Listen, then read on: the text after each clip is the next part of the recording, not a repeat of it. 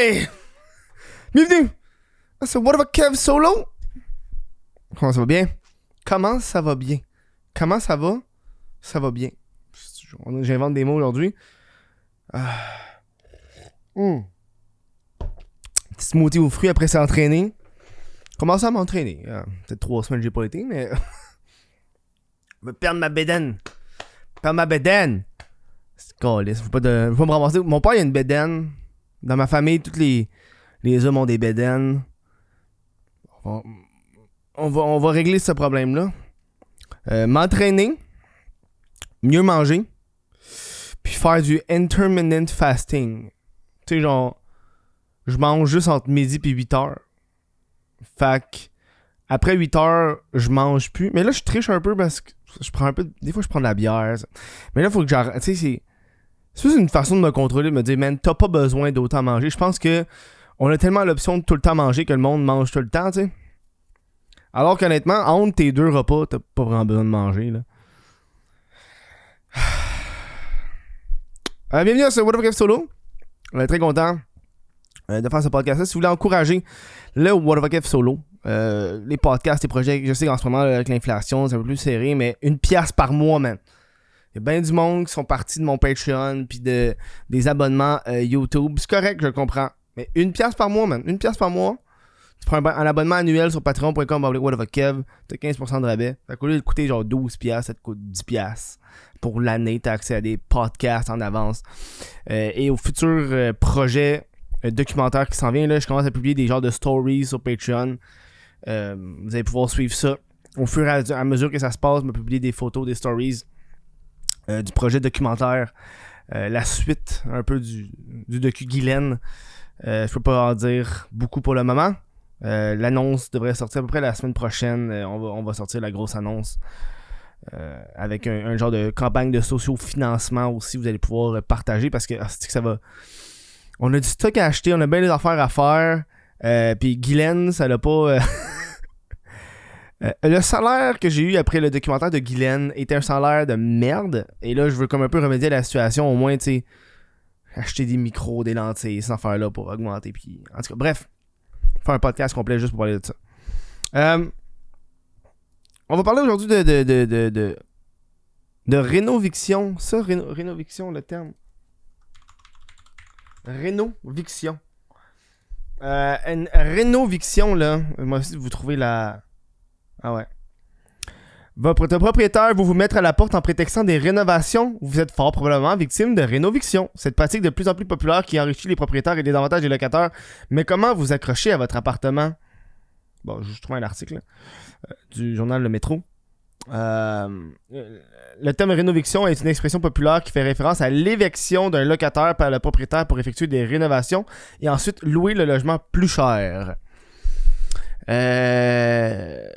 Moi, mon nouveau propriétaire, là, ça va pas bien. Ceux qui ont un peu suivi la saga, je pouvais pas vraiment en parler avant parce qu'on était en procédure judiciaire.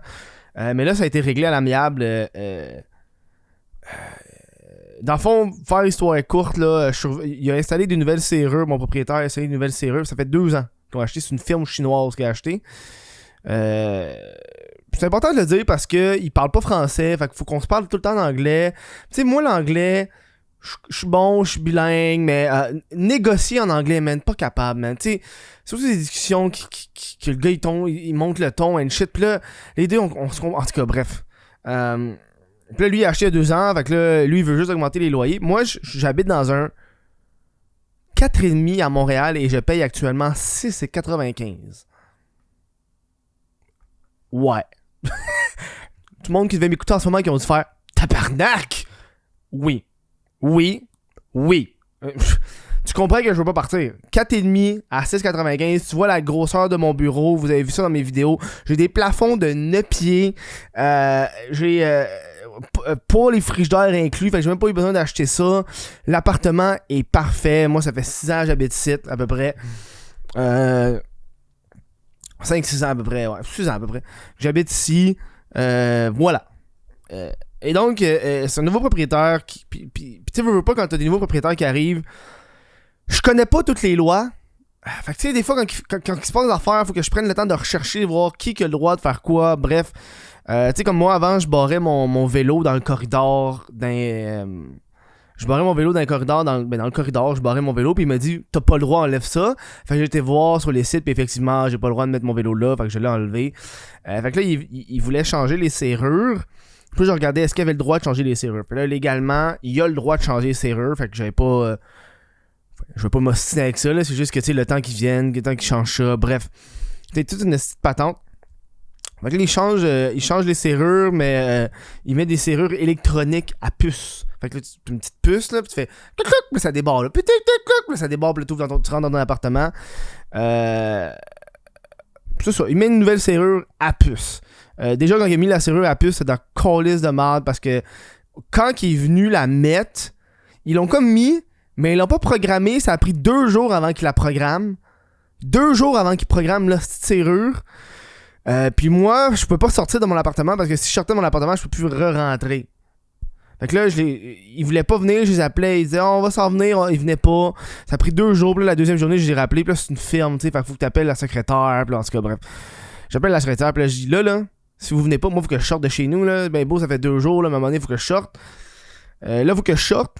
S'il y a personne qui vient régler ce problème-là d'ici 2 heures, moi, quand je reviens, j'appelle un serrurier puis je vous le charge. Parce que c'est une défectuosité de la serrure, puis c'est pas à moi de payer le serrurier. Là, ça a pris une demi-heure, quelqu'un est venu réparer. Bref, déjà là, j'avais déjà un malentendu avec les propriétaires. En plus, ils ont enlevé la... Ils ont enlevé ma serrure de ma boîte aux lettres en bas. Ils ont enlevé la petite serrure, là. C'est comme une petite serrure, tu sais, les boîtes aux lettres communes. Là. Ils ont juste fait la serrure. Puis je suis comme, ok, j'ai plus de serrure. Puis j'appelle, je fais, ouais, tu t'en veux une nouvelle, ça va te coûter 20$. Fuck you, tabarnak! Fait que j'en ai acheté une, genre, à 5$ au Renault Dépôt. Je l'ai mis. Aussitôt que je pars de l'appart, je décrisse avec cette serrure-là. Je m'en crie, je leur laisse pas. Qu'ils mangent la merde. Bref. Super mauvaise expérience avec le propriétaire. Et là, qu'est-ce qui arrive, c'est qu'on a eu... j'en reviens de chez nous, puis on a eu un problème, moi puis le propriétaire. J'en reviens chez nous un samedi soir, à peu près 9h. Puis c'était encore le couvre-feu à cette époque-là, c'est cet hiver. Fait qu'il y avait le couvre-feu à 10h. J'arrive à peu près 9h30 chez nous. Je teste la serrure, ça marche pas. Ma serrure ne fonctionne pas. Puis des fois, ça arrivait que ma serrure fonctionnait pas. Puis j'ai envoyé des courriels avant, là. Tu sais, genre ma serrure, elle fonctionnait pas. Je faisais pip, ça ouvrait pas. 20 minutes plus tard, des fois, j'entendais ça chouissait, puis là, la serrure, elle marchait. Mais là, il est fucking 9h30, man. J'arrive chez nous, esti. Il y a le couvre-feu à 10h, il fait fret. La serrure, elle marche pas, man. Elle marche pas. J'envoie des messages, je les appelle. Évidemment, c'est une firme, c'est une entreprise. Fait qu'eux autres, leur bureau ferme le soir et les week-ends, sont injoignables le soir et les fins de semaine. Fait que j'appelle un serrurier, ça coûte 400$. Parce qu'il y avait aucun crise de serrurier qui était disponible parce que c'était la COVID. Puis c'était dans le temps des fêtes. Je n'ai appelé genre 10. Il y en a juste un qui a répondu. Il est arrivé, il a dit 400$. Je vais me le prendre, c'était pas le choix. Fait que là, vu que c'était une réparation urgente et nécessaire selon le site de la Régie du logement, le propriétaire devait me rembourser. Puis s'il me rembourse pas, j'avais le droit de le déduire du prochain loyer. Ça, c'est sur le site de la Régie du logement. Puis moi, avant ça, du tribunal du logement. Puis moi, avant ça, j'ai tenté de contacter le propriétaire sans aucune réponse. Puis c'est écrit vraiment, dans les exemples du tribunal du logement, c'est écrit « Réparation urgente et nécessaire, serrure défectueuse ». Fait que là, je fais ça. Là, ils me répondent toujours pas. Ils me répondent lundi en me disant que ça se passe un samedi, là. Moi, j'ai reçu un courriel lundi pour me dire « Oh, ça arrive avec le froid, les serrures marchent pas. Ce genre d'acte de Dieu. » Crise de terme de calice de Vochi. Attendez plus tard, ça va se régler. Je suis déjà rentré, first of all. Puis en plus, il m'a pas plus répondu après, les propriétaires. Fait que là, moi, pour le prochain loyer, je déduis histoire courte, là, je déduis. Ça s'allonge, là. Prochain loyer, je déduis le montant. Fait que c'est 400$ moins le 50$ pour les serrures. Ben, j'ai acheté des serrures. C'est moi qui les ai changées. Fait que j'ai une nouvelle serrure. Je descends ce montant-là du loyer. Fait que là, je fais le versement Interac. Au lieu d'être 695, c'est genre 230 quelque chose. 237. 139 en tout cas. J'envoie le virement Interac. Il l'accepte pas. il l'accepte pas, là. Moi, le premier du mois, mais seulement le premier, il l'accepte. Ça fait une semaine, il l'accepte pas. Là, j'envoie le virement, j'en renvoie un autre. Il l'accepte toujours pas.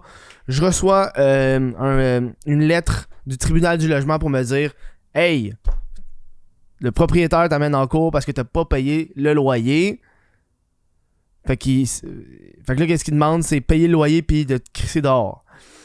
Fait que là, je suis comme fuck you. Fait que là, moi, j'appelle... je m'en vais à la régie du logement. Je contacte un avocat. L'avocat me dit poursuis-le en retour. Je le poursuis en retour pour des dommages et intérêts de 1300$. Bref, on s'en va en cours. Finalement, quand on arrive en cours, le propriétaire il a comme oublié de mettre un document dans. Bref, finalement, ça marche pas en cours. Fait que là, on s'est rencontrés lundi pour régler ça à l'amiable. Puis là, moi, qu'est-ce que je voulais, c'est qu'il me rembourse l'ouverture des dossiers puis les frais d'huissier. Bref, c'est toute une affaire. Puis là, il me dit, tu peux pas garder le loyer. Puis là, dans ma tête, je suis comme, c'est procédure judiciaire. Bref, j'ai payé le style loyer, puis j'ai comme perdu genre 200$ de frais de tout. Bref, la situation est réglée, j'ai payé le loyer. Fait que, sujet clos, fait que c'est pour ça que je vous en parle aujourd'hui. Et moi, quand je l'avais appelé pour régler le problème, parce qu'il voulait repousser la date de procès, quand il m'a appelé, l'appel a duré 5 minutes. Il m'a parlé 1 minute du procès, puis il m'a parlé pendant 4 minutes de si je voulais déménager. Si j'étais prêt à accepter de l'argent, combien de temps je veux rester là. Bref, là lundi vient, puis moi lundi, je veux régler le problème de la serrure. Je veux régler ce problème-là. Fait qu'il vient, on se met à parler de la serrure, on s'entend pas, on s'entend pas sur les trucs, fait que là, mais juste avant de partir, on s'entend pas. Tu sais, moi je dis, je veux que tu me rembourses ça, non, tu vas me payer, bra. Puis finalement, vous savez, je l'ai remboursé quand il est parti, parce que, hostie, on parlait en anglais, puis moi, négocier en anglais, pas capable, tabarnak. Les émotions montent, puis là, tu sais plus. En tout cas, bref, je sais pas. Fait que là, quand il arrive pour partir, puis là, juste avant de partir, il me dit finalement, tu veux-tu faire les rénovations? Je suis comme, ça me dérange pas de faire les rénovations, tu sais. Parce que légalement, il a le droit de faire des rénovations. J'ai regardé, légalement, il peut faire des rénovations, c'est à lui. C'est son bloc, il peut rénover. C'est son droit. Moi, si c'est ton droit, je veux pas me plaindre, c'est son droit. Puis là, on commence à négocier un peu combien qu'il veut, qu'est-ce qu'il veut faire, tu sais. Fait que là, je dis, mais tu sais, moi, je suis prêt à payer pas plus que 850. Parce que moi, je paye 6,95 en ce moment, tu te rappelles. Fait que si tu rénoves, moi, je paye pas plus que 8,50. Il part à rire. Parce que dans le quartier, là, la valeur, c'est 1300$. Fait que le nouveau loyer, ça va être 1300. Puis là, tu sais, moi, je connais pas mes lots. Je connais pas ça, là. Je connais pas mes droits, là, pour le moment. Parce que on parle. Puis je sais qu'il y avait un rapport à pourcentage, ça, là. Pourcentage, je peux pas m'augmenter tant, mais je sais pas combien, man. Je sais pas, j'ai pas checké. Puis là, je dis, ouais, mais pour monter de 1300, faut que tu dépenses pour au moins 50 000, quelque chose de même, pour équivaloir. Faut que tu dépenses beaucoup d'argent pour augmenter le loyer. Puis il me dit, inquiète pas, je peux dépasser 50 000 et plus si je veux. Puis il me dit, je me rappelle, il me dit, je peux aussi te payer pour que tu t'en ailles. Puis je suis pas intéressé à partir. Moi je veux rester ici. Puis ben, je te fais un deal, tu payes pas les 3 premiers mois. Puis après ça, c'est 1300. Je suis comme, ben le deal, là, c'est que je paye 6,95 en ce moment. C'est ça le deal. Tu sais? Tu peux pas battre ça, là. Puis là, j'ai dit, check. Moi, je vais pas rester ici 10 ans, là. First of all, là. Je te garantis que je reste pas ici 10 ans, là. Fait que, tu sais, le ton monte. À un moment donné, il dit, gars, accepte ça. Parce que de toute façon, si tu n'acceptes pas d'ici 3-4 mois, là, tu seras plus ici. Puis là, j'ai dit, c'est quoi, c'est des menaces que tu me fais, man? Is that a threat? Non, c'est pas des menaces, mais je te dis, d'ici 3-4 mois, tu seras pas ici. Puis je suis comme, ben, je paye le loyer, puis je fais mes affaires, tu peux pas me mettre dehors. Je fais, j'ai des trucs. Ok, puis tu sais, je pense que c'est ça, les rénovictions, un peu, c'est la peur. Tu sais, ton propriétaire, il dit, je te crise dehors, j'ai des trucs, mes avocats.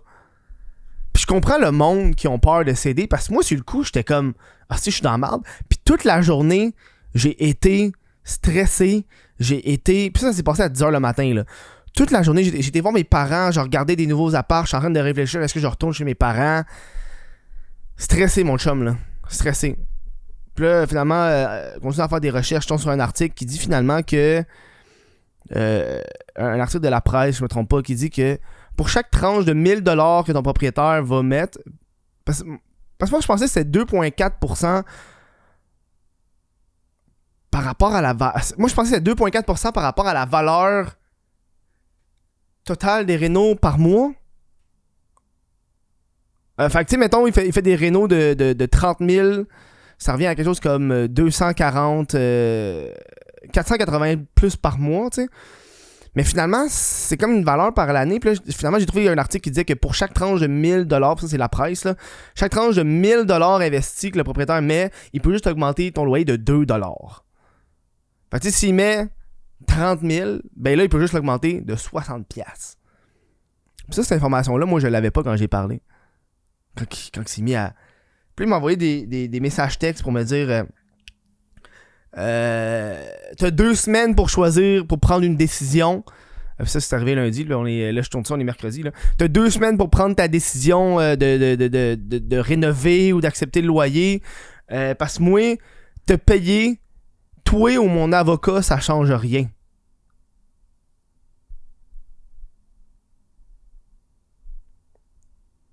Fait que c'est ça les hosties de rénoviction. Puis man, va me battre. Rendu là, je sais qu'il a tort. Rendu là, qu'il mange la marde. Puis rendu là, m'a tout allié les autres locataires du bloc parce qu'il essaie de faire ça à tout le monde dans le bloc. Puis, moi, ça va pas marcher. La raison pourquoi la valeur des loyers dans mon quartier augmente de même, c'est pas à cause de monde comme lui qui achète et qui booste les prix. Fait qu'il mange la marde. M'a me battre, m'aller en cours. Puis, ça va finir là, man. Moi, je pars pas d'ici. C'est mon droit. Puis en plus, en théorie, c'est une entreprise qui est propriétaire du bloc. C'est genre incorporé, là. Fait qu'il pourra pas faire une tour de passe-passe d'aménager sa famille parce que c'est une entreprise qui a le bloc. L'entreprise, là, a pas de parents, a pas de parenté, là. C'est une entreprise. Sur mon bail, c'est une entreprise, là. Quelque chose management, là. Fait que tu peux pas faire ta passe de merde de crisser quelqu'un de ta famille. Va chier.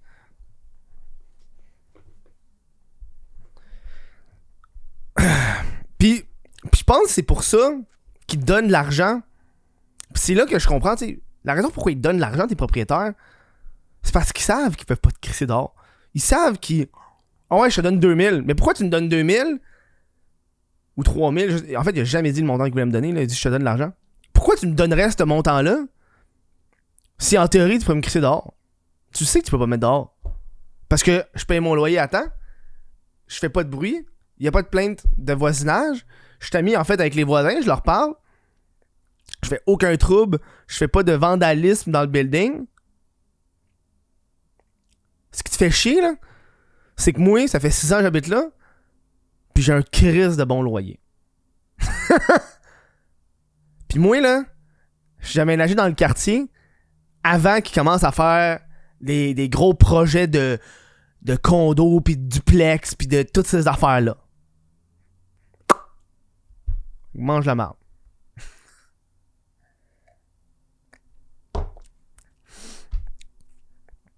Pis ça me fait extrêmement chier, man.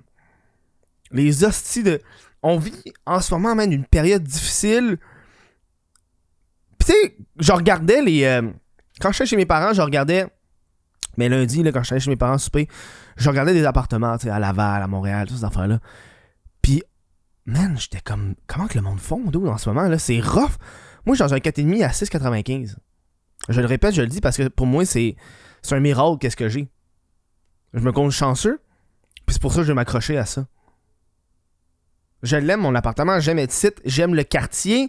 Je suis à côté de station de métro, je suis à 20 minutes à vélo du centre-ville. 20 minutes à vélo du centre-ville, big. 20 minutes à vélo du centre-ville. C'est bon, là. J'ai des pistes cyclables partout alentour. Je suis proche des stations de métro. À pied, j'ai tout. À pied, j'ai tout. J'ai épicerie, Jean Coutu. J'ai un magasin de comic book. J'ai plein d'affaires à pied. J'ai tout.